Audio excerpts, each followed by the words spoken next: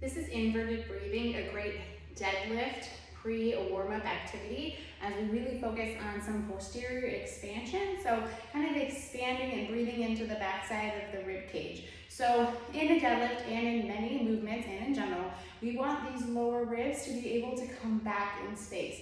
But if the backside of our rib cage or back is really tight, these ribs can't kind of come back.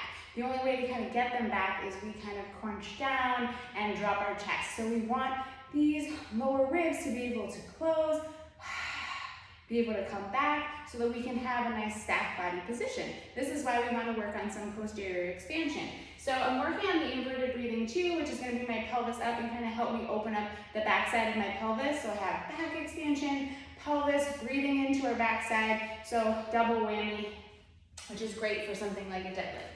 So I'm going to set myself up onto yoga blocks. You can also use a bolster or pillow, just something to get proper knees up on so we can elevate the pelvis. Then I'm going to come down to my forearms, watching that I immediately don't see this kind of dropping through the spine. So I want to think about coming up. You can even go into like a little bit of a roundiness and kind of drop down just so you don't collapse down. But ultimately, I'm pressing actively through my shoulder caps, through my elbows, and one thing I want to think about is that my shoulders don't elevate towards my ears. So I'm going to kind of think about kind of dragging my shoulders down and then push with my elbows and my forearms. So instead of just pushing up with the elbows and I still have my shoulders coming up towards my ears, I'm going to think about kind of almost shrugging the shoulders down away from the ears and then pushing with my forearms and my elbows. My gaze is going to be straight ahead of me, so I'm not looking back behind me, and I'm going to think about this kind of inverted position so that my backside can be nice and open. If you tend to be more tucked, I want you to think about if you had a dog tail wagging up slightly, and if you really tend to be really extended, so you have that really anterior tilt, you can even think about tucking just a tiny bit so you can kind of get out of that really extended pattern. So we have the forearms down, pressing actively through the elbows, but first we kick off with the shoulders down, then press through the elbows and the forearms, getting our pelvis position right so we're not clenching and tucked under and we're not overly extended. So find sort of a middle ground there. Gaze is up. Now I'm going to think about inhaling.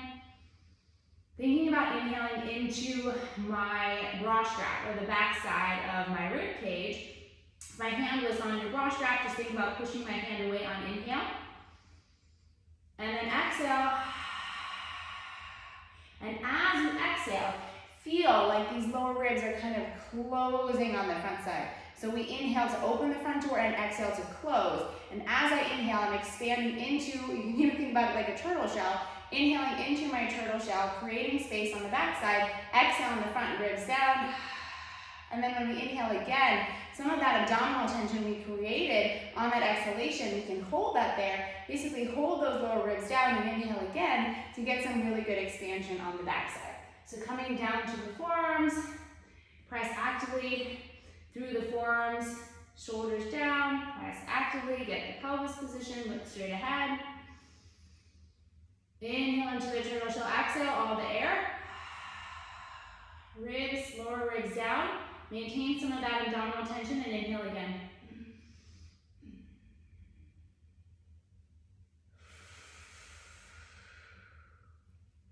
Two areas you're feeling for air travel into the pelvis, almost feeling like the sits bones spread apart, so you want air to kind of go back there, and then also into the backside. Give this a try for 5 to 10 breaths, couple rounds, and see how it feels.